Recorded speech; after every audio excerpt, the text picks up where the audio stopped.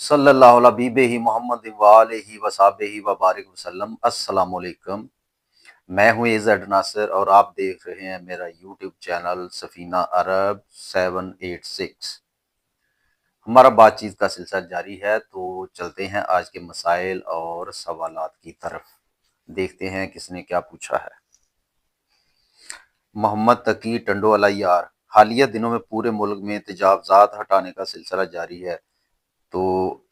یہ تو سراسر غریبوں پر ظلم ہے، آپ اس بارے میں کیا کہتے ہیں؟ تقی صاحب، کوئی بھی جو عمل ہوتا ہے یا کوئی قانون بنتا ہے یا لاگو ہوتا ہے، تو اس کے دو پہلو جو ہیں ہوتے ہیں،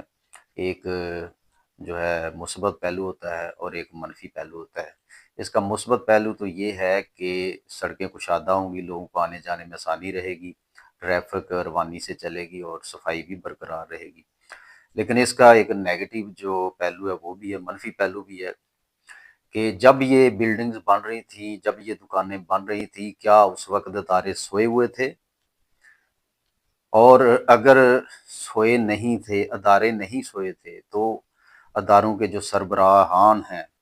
ان سے پوچھا جائے کہ آپ لوگوں نے یہ بلڈنگز بنانے کی، غیر قانونی دکانیں بنانے کی اجازت کس وجہ سے دی؟ آپ لوگوں نے کوئی ان سے فائدہ لیا جو آپ نے فوری طور پر ان کو اجازت دے دی؟ اس کی کیا وجہ ہے؟ یہ بھی انویسٹیگیشن ہونی چاہیے کہ اس میں کون لوگ انوالو ہیں، کن لوگوں نے یہ اجازت دی۔ اور دوسرا جو چیز ہے وہ یہ ہے کہ اب جب کہ یہ سارا کچھ ہو چکا، اب ان کی بربادی کی جا رہی ہے، آدھے آدھے مکان آگے سے گر رہے ہیں، دکانیں آدھی آدھی وہ گر رہی ہیں، لوگوں نے اتنا پیسہ لگایا ہوا ہے، اور جب آدھی آدھی گر جائیں گی تو پھر پیچھے کیا رہ جائے گا؟ تو ایک حجرہ نما ایک چیز بن جائے گی۔ تو اس کا میرے خیال میں حکومت کو بھی کوئی خاطر خواہ کوئی فائدہ نہیں پہنچے گا۔ البتہ ایک چیز سے جو ہے حکومت کو فائدہ پہنچ سکتا تھا، وہ یہ تھا کہ جن لوگوں نے جو بلڈنگز وغیرہ بنائی ہیں اور جو سرکاری جگہ ہے یا سڑک کی جگہ ہے، وہ کچھ انہوں نے اس کو گھیرا ہے، تو اس کا یہ چاہیے تھا کہ ان سے معاوضہ لے لیتے، جگہ کے ریٹ کے مطابق جو وہاں پر ہے اس کا ان سے معاوضہ لے لیتے، یا ان سے کوئی کرایہ وغیرہ لے لیتے، تاکہ ان کا کام بھی چلتا رہتا، ان کا نقصان بھی نہ ہوتا اور گورنمنٹ کا فائدہ بھی ہو جاتا۔ اور یہ کوئی چھوٹا فائدہ نہیں ہونا تھا، اربوں کا فائدہ ہونا تھا یہ گورنمنٹ کو، اور ممکن ہے اس فائدے سے ہمارا پورا قرض بھی اتر جاتا، کیونکہ یہ ایک جگہ پر نہیں ہے، پورے ملک میں ہے۔ اور دوسری چیز، جو بیچارے وہ ریڑھی باندھ تھے، فروٹ وغیرہ لگا کے وہ اپنا روزگار کما رہے تھے، تو پہلے ہی لوگ مالی مشکلات کا شکار ہیں، ان کو بھی ادھر سے جو ہے ہٹا دیا گیا ہے۔ اور ہٹانے میں کوئی اعتراض والی بات نہیں ہے، اعتراض یہ ہے کہ ان کے لیے جگہ کو بندوبست نہیں کیا گیا۔ چاہیے تو یہ تھا کہ پہلے کسی جگہ پر ان کا بندوبست کرتے، تاکہ تمام ریڑھی بان جو ہے، جس طرح کہ منڈی ہوتی ہے یا یہ جو اڈا وغیرہ ہے، اس طرح کی کوئی جگہ ان کے لیے مختص کر دیتے، تاکہ وہ سب لوگ اپنے جو ریڑھی ہیں وہ ادھر لے جاتے اور لوگ وہاں جا کر خریداری کر لیتے۔ لیکن بدقسمتی سے ایسا نہیں کیا گیا۔ ہمارے جو کیا کہتے ہیں تھنک ٹینک، جو اوپر لوگ بیٹھے ہوئے ہیں، ان کو ان چیزوں کا کوئی احساس نہیں ہے، وہ آنکھیں بند کر کے آرڈر جاری کر دیتے ہیں، اور یہ نہیں سوچتے کہ نچلے لیول تک اس کے کیا افیکٹ ہوں گے، یا حکومت پر کیا اثر پڑے گا، یا لوگوں پر کیا اثر پڑے گا۔ تو یہ میرے خیال میں جو ہے زیادتی ہے۔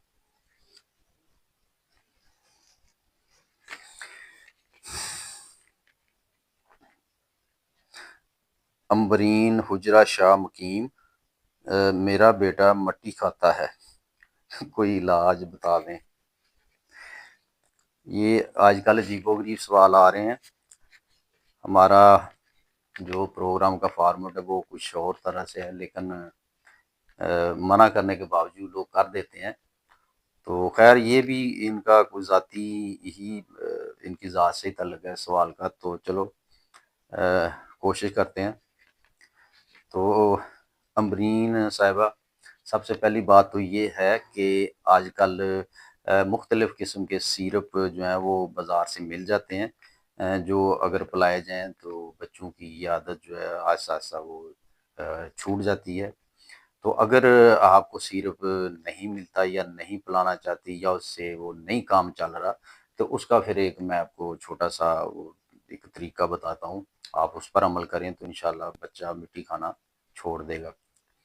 آپ ہفتے میں 2-3 مرتبہ، تقریباً 2-3 مرتبہ ایسا کیا کریں کہ اپنے ہمسایوں کے 2-4 بچے پکڑ لیا کریں،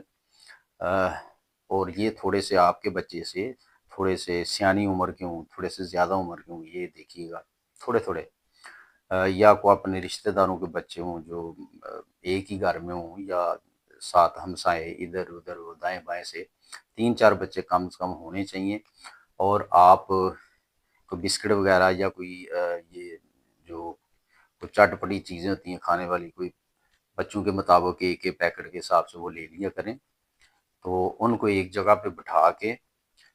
کھیلنے کے انداز میں ان کو بٹھا دیا کریں، اور ان کو پھر آپ نے ایک طرف سے وہ چیز بانٹنی شروع کرنی ہے۔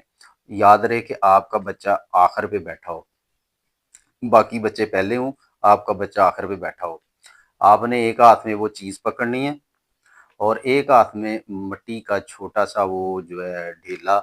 وہ لے لینا ہے۔ تو ہر بچے کو آپ نے آفر کرنی ہے کہ آپ دونوں ہاتھ آپ نے آگے کرنے ہیں، مٹی والا بھی اور وہ چیز والا بھی۔ تو آپ نے اسے کہنا بچے کو کہ آپ نے ان دونوں میں سے کیا لینا ہے۔ ظاہر ہے بچہ وہ سلانٹی وغیرہ یا وہ ٹافی وغیرہ یا بسکٹ وغیرہ کا ہی جو ہے انتخاب کرے گا، تو مٹی کو وہ نہیں دیکھے گا۔ اور اگر ذہن میں تھوڑا سے کوئی شکوک و شبہات ہوں یا بچہ زیادہ چھوٹا ہو، تو اس کو پہلے سمجھا بھی دیجیے گا کہ آپ نے جب مٹی اور یہ چیز آپ کو پکڑاؤں تو مٹی آپ نے نہیں لینی ہے، چیز لینی ہے، اور کہنا ہے کہ یہ مٹی گندی ہے۔ تو اس طرح جو ہے آپ باری باری سارے بچوں کو یہ آپ نے اسی طرح وہ چیز دینی ہے، ساتھ مٹی ایک ہاتھ میں اور ساتھ آپ نے وہ چیز پکڑی ہو۔ اور ظاہر ہے سارے بچے جو ہے وہ باری باری انکار کرتے جائیں گے مٹی سے اور چیز لیتے جائیں گے، پھر آخر میں جو ہے آپ کا بچہ ہوگا، اور یقیناً ان کو دیکھ کر وہ بھی انکار کر دے گا اور وہی چیز پکڑے گا جو کھانے والی ہوگی۔ اور اگر خدا نخواستہ وہ مٹی کو پکڑ لے تو آپ نے دوسرے بچوں کو پہلے سے سمجھا دینا ہے کہ وہ جب یہ پکڑے تو آپ نے کہنا ہے کہ یہ گندا بچہ ہے، یہ گندی چیزیں کھاتا ہے، یہ گندا بچہ ہے اور یہ گندی چیزیں کھاتا ہے، تو پھر وہ جو ہے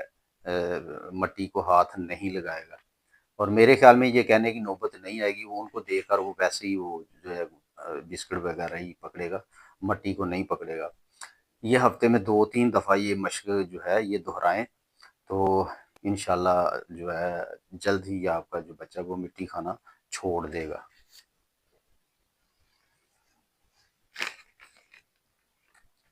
عنایت حسین لالا موسیٰ، وہابی مسلک کے متعلق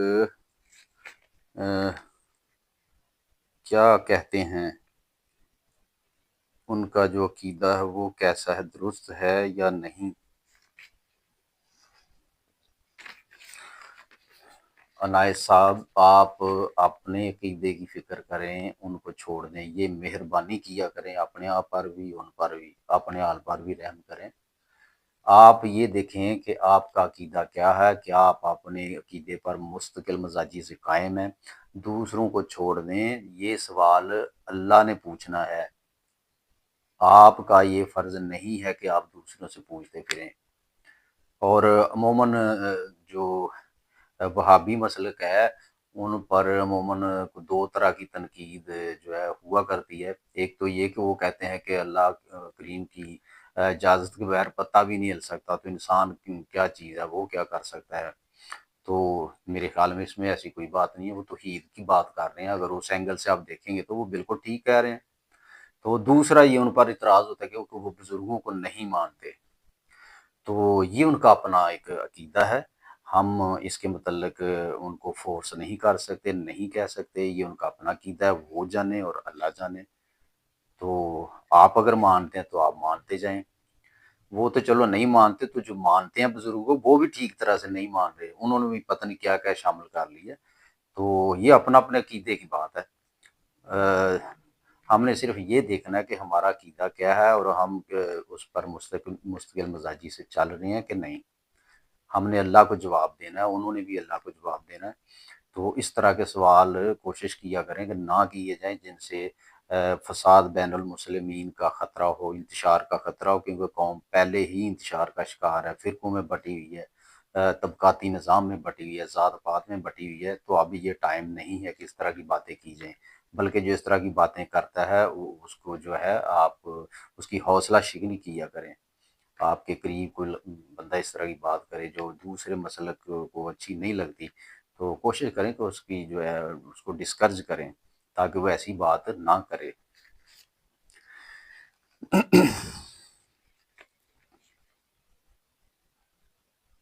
دعود لیا، اللہ کا فرمان جو ہے یہ اور راشی والمرتشی، اور یہ فرمان من غشا فلیس منا، اس کی ذرا وضاحت کر دیں۔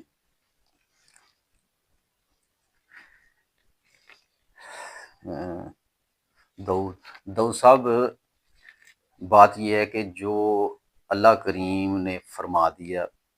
یا حضور سرور کائنات صلی اللہ علیہ وآلہ وسلم نے فرما دیا، وہ ہمارے لیے قیامت تک وہ سند ہے، تو اس کو چیلنج نہیں کیا جا سکتا۔ جو بات آ گئی قرآن و حدیث میں تو سمجھ لیں کہ وہ قیامت تک کے لیے ہے، ٹھیک ہے۔ اور اس کے آگے دو پہلو جو ہیں نکلتے ہیں، یہ جو آپ نے پہلا بتایا الراشی والمرتشی، حکم تو نہیں بدلے گا کسی صورت میں،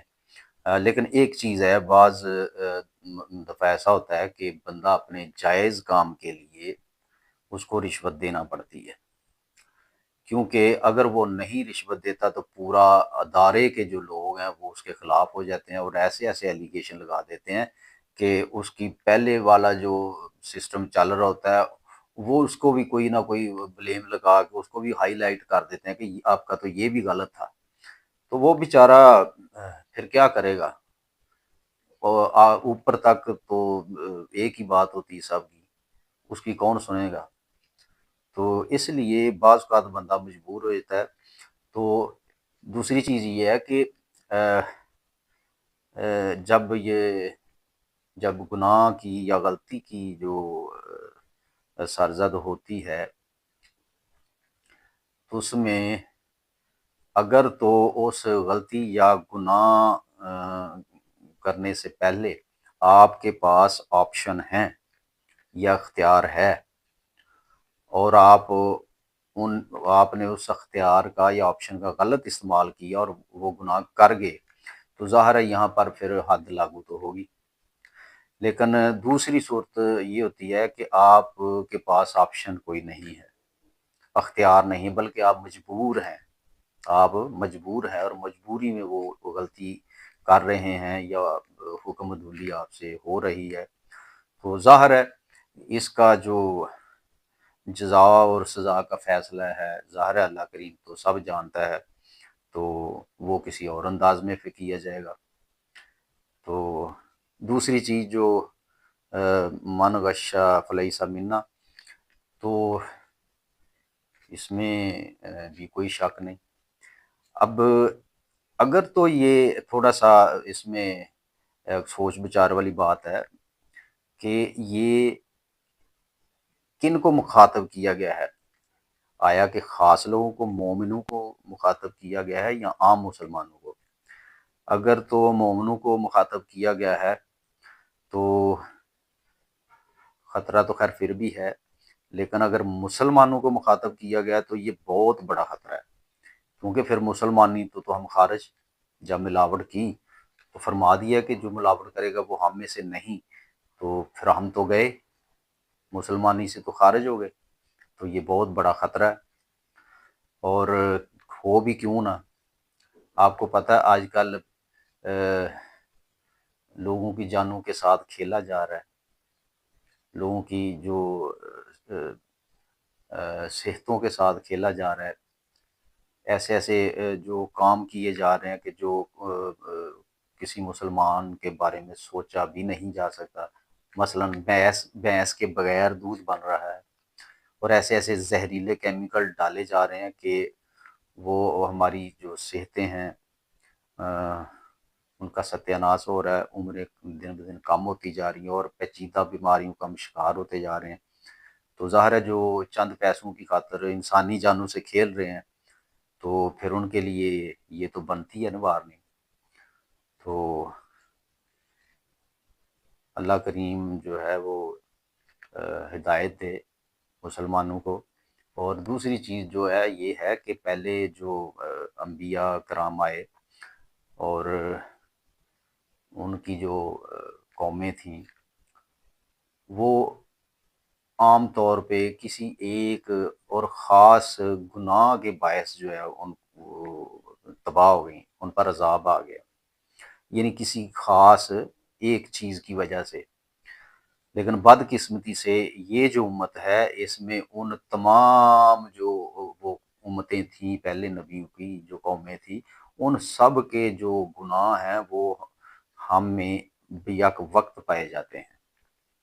لیکن یہ حضور سرور کائنات صلی اللہ علیہ وآلہ وسلم کی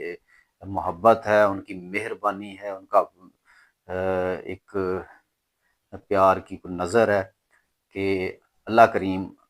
مسلمانوں پہ عذاب نہیں بھیج رہا۔ ہاں البتہ چھوٹے موٹے جھٹکے لگتے رہتے ہیں، وہ لگتے رہیں گے، لیکن جو بڑا عذاب ہے کہ بالکل ہی تباہ کر دیے جائے، تو حضور کے صدقے ایسا نہیں ہو رہا۔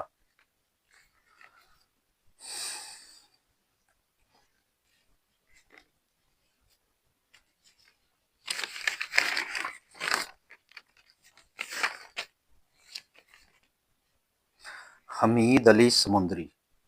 اسلام میں سفید لباس کی کیا اہمیت ہے؟ حمید صاحب پہلے تو یہ چیز ذہن نشین کر لیں کہ اسلام میں سفید لباس ضرور ہے، مگر یہ ضروری نہیں کہ سفید لباس میں ہی اسلام ہو۔ یہ ٹھیک ہے، یہ ایک ایسا رنگ ہے جو بزرگوں نے پہنا ہے، اور عموماً یہ سادگی کی بھی علامت ہے، تو ٹھیک ہے، لیکن یہ کوئی شرط نہیں ہے یا کوئی سند نہیں ہے کہ یہ پہنیں گے تو پھر آپ کو اللہ کے بہت زیادہ قریب ہو جائیں گے، ایسا نہیں ہے۔ یہ ایک بزرگ والا لباس اور سادگی والا لباس ہے، بشرطے کہ بشرطے کہ وہ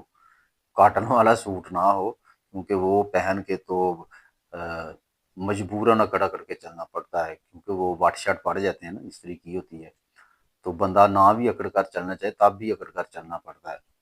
تو اس طرح کی اگر چیز نہ ہو تو سفید لباس جو اچھی چیز ہے، لیکن اس کا یہ کوئی ایسا نہیں ہے کہ آپ بہت زیادہ کوئی تقویٰ والے ہو جائیں گے یا اللہ کے بہت قریب ہیں۔ اس کے لیے اور دوسری چیزیں ہیں، اور بہت سی چیزیں ہیں اللہ کے قریب ہونے کے لیے، لباس کی کوئی پابندی نہیں ہے۔ اللہ کریم ہم سب پر اپنا فضل فرمائے۔ اجازت دیجیے، اللہ نگہبان۔